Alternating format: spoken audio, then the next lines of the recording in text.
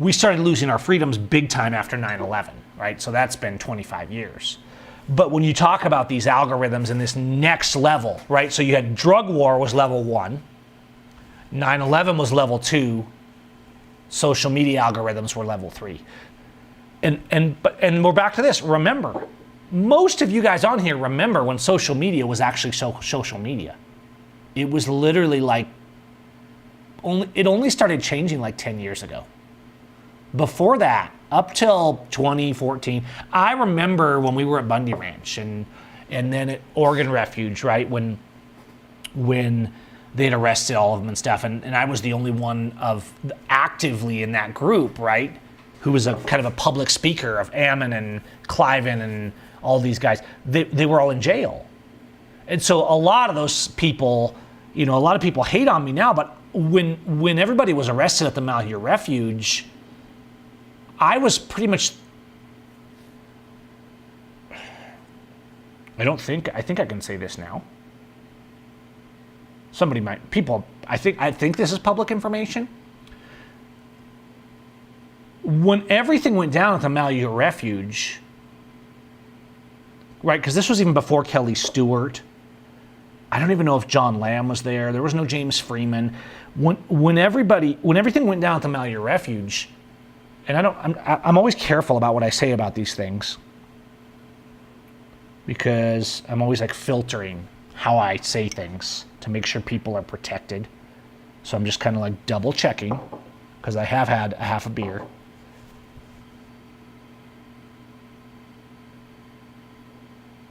When they killed Lavoie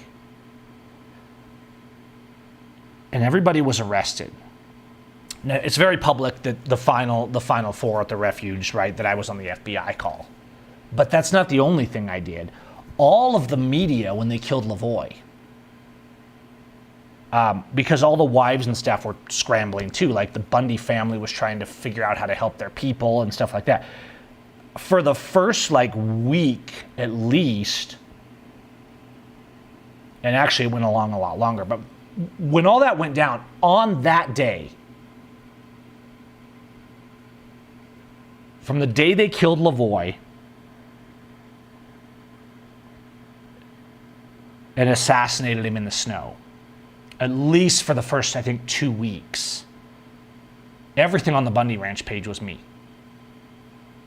And it wasn't because I was trying to push a narrative. There was nobody else.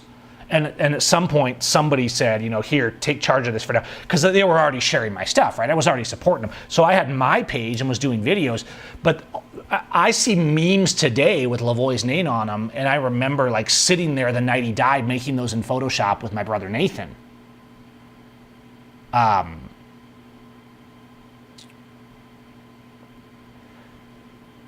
so, so I remember doing things at that point and getting the media out, making videos and trying to cover all these bases. But what I was getting at, I threw that out there kind of for context because I don't know if a lot of people know that. But what I'm getting at is I would make these videos and post them to my page and then to the Bundy Ranch's page, and then I would make a meme, and then I would dig something up and post it here, and I would post a news story. I would make a video and it would have 200,000-300,000 views the next day, right? And even before Bundy Ranch, my YouTube channel had 100,000, 150,000 subscribers at that point. I would post a video, even just a chatty video like this, not even me fighting with cops, right? I would get up the next morning and there would be 50, 60,000 views just because I'd make a 5-minute video talking about the Constitution or something because people subscribed to it because they were interested in that. When people really started to go full dumb down and forget who they were, I know we all have biases, left and right and all that. But if you think about this, and this is kind of really registering me even more as we're talking about this. You think about this range from about 2015 to 2018, where the social media kind of stopped being social media and it turned into TikTok AI algorithms. And then Trump came in. But it's all the same time period, right? And I was trying to scream at people, no, Trump's not. There's videos from 2016. I said, guys, he's not going to help the Bundys. He didn't. Guys, he's not going to defend your freedom or the Constitution. He didn't. Guys, he's a fascist. He was. None of them are good, I said, guys. But the algorithms were just coming in then. And the manipulation was huge. And people had their ears tickled. They heard what they wanted to hear and they could hate the people they wanted to hate. Because it was the left's fault, right? No, they're the same. We've all been manipulated. And people didn't understand. And I kept trying to explain, which is ultimately why I had to leave, because I had no one behind me.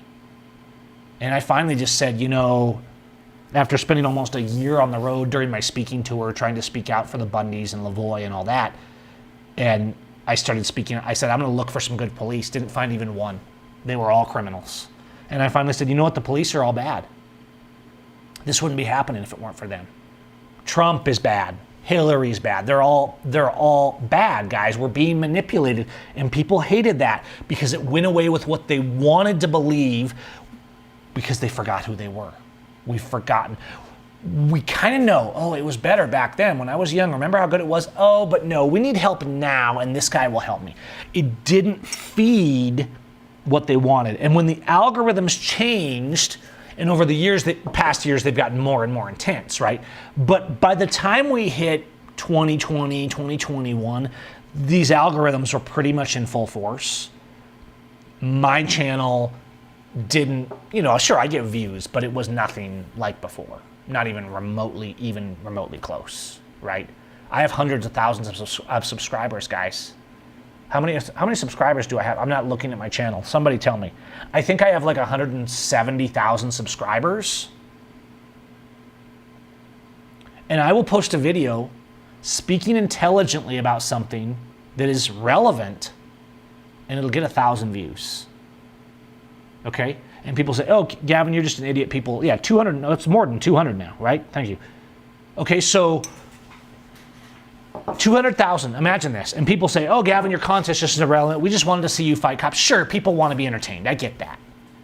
But you have to understand, a talking head video, if you go back to 2014, in my early days of activism, before there were auditors and stuff, when I was the first one out doing all this, okay? I was just out there alone doing it, running for Congress, doing cop videos. And from all that sprang auditing. And then auditing kind of turned into something that you just, you know, make it as sensational as possible to get views, which I get, it's entertaining, but it wasn't my original message. But I was auditing, if you want to be honest about it, that style of like, hey, we have cell phone cameras now. I'm going to go out and take a video of the cops, but I'm going to interact with the audience and explain what's happening. That's what turned into auditing. And that's what you have to understand as well, is that this idea, before that, the idea of narrating, of like, hey, what are you doing, cop? And then flipping the camera around like I would do in those early videos and say, hey guys, here's what's happening. This guy over here is trying to screw that guy over, but here's what the law says. Let's watch. And so it was kind of this real-time interaction, but I wasn't trying to be particularly aggressive or an asshole. I was actually very controlled. I'm not saying everyone has to be. I think control is important. But you have to, those early days of videos, you have to understand that I would go out. Remember the time that I pulled the police officer over. It doesn't seem like much when you watch it now, because people go out and do these videos all the time. But you have to understand that I would take videos like that, and my stomach would be in knots. No one was doing this. There was no example, and I knew the moment I uploaded the video, while it would get views, there would be hundreds of people, even in my local community, saying I was an idiot and a troublemaker, and it physically hurt. Maybe I just didn't have thick enough skin yet, okay? But these are things that I don't talk about a lot, and I don't want my tongue to get too loose here because I know a lot of things. But you have to understand that I would go out and do these videos, and there would be so much adrenaline because there was no example, no one was doing this, and I would upload these, and I would wake up the next morning. When I shot the video, which you can find here, just search for guy pulls over cop, and you'll find me, okay? You guys know the one.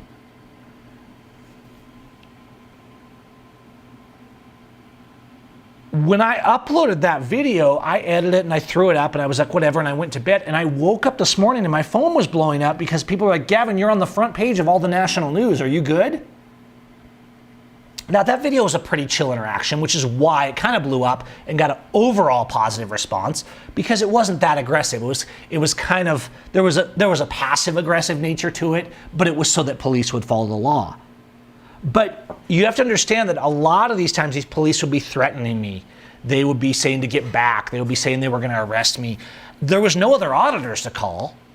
Those didn't exist. I was literally the only guy at the time that did this, as far as I know. I'm not saying no one else ever took videos of cops, but this style where I would like, oh, there's a cop harassing somebody, and I would get this feeling in my chest like I need to stop. It almost felt like I wouldn't go out looking for it. It was like a moral responsibility where like, no, I need to do something. These cops are screwing people over again. I didn't like it. It was in me, like it was part of me, but it wasn't like, oh, I'm gonna go cop watching today. And I know now that there's a lot of people doing it. It's more chill, and they do it in groups and stuff. There was no groups at the time doing this. There got to be. And speaking of which, James Freeman has gone off the radar, and he's not responding to anybody, which concerns me. Because I've been telling these auditors, guys, I know there's a lot of you, but they're going to come for you too. And so if anybody's heard from James Freeman, let me know. And his style is different than mine. And you know, James kind of is the founder of the idea of, no, we're going to go out and do this as a job and do it, you know, 4 days a week, make content, edit it, and put it up. And so James the algorithm still likes James because he's making documentaries, and he's making, I mean, I've helped him edit some of these videos that he's been, some of the recent stuff.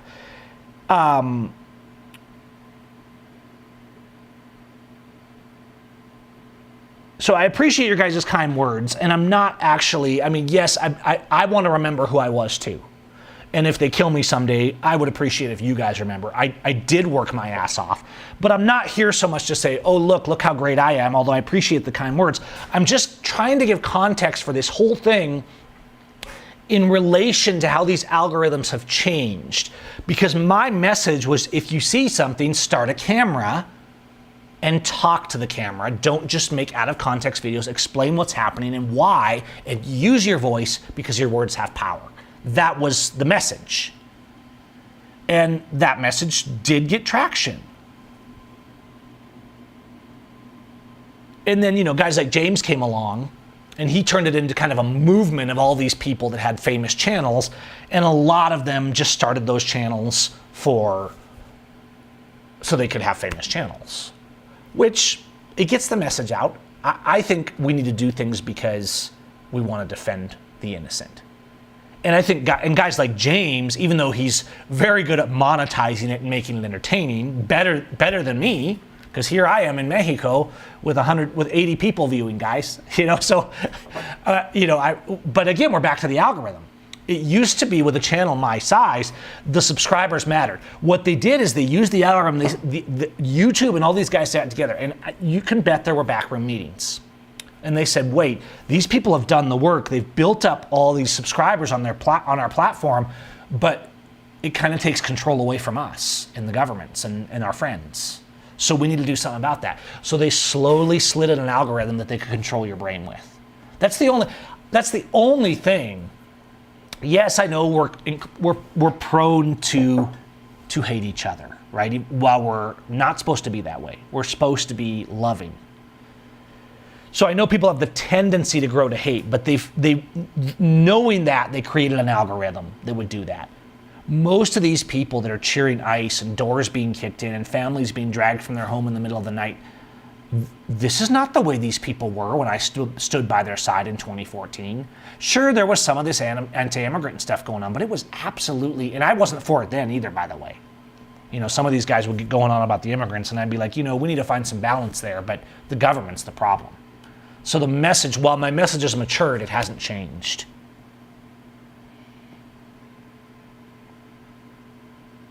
And there's a lot of good. I mentioned James because he was, when I left, James started.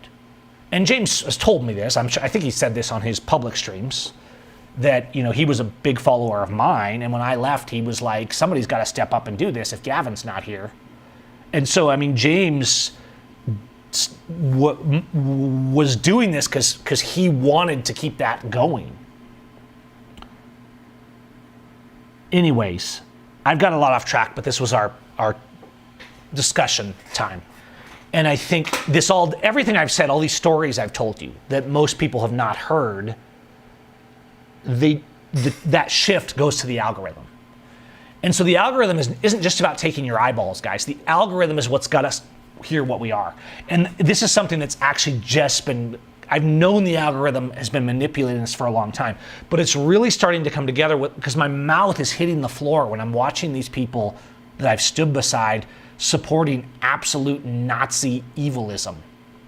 Evilism's probably not a word, but it should be. Nazi evilism. Absolute despotism. The patriots now are supporting the absolute 180 opposite of what our founding fathers fought against. They're more psycho than the redcoats ever were, guys. The average right-wing conservative now is far more of a fascist psychopath than the average loyalist or redcoat was. Like, we're so far beyond that at this point. And these are the people saying that they're the Christian, Jesus-loving patriot. No. We've forgotten who we are. And so I'm not here to hate on anyone, but to try and analyze the psychology a little bit of how they've manipulated us into becoming evil so that we can maybe reverse that.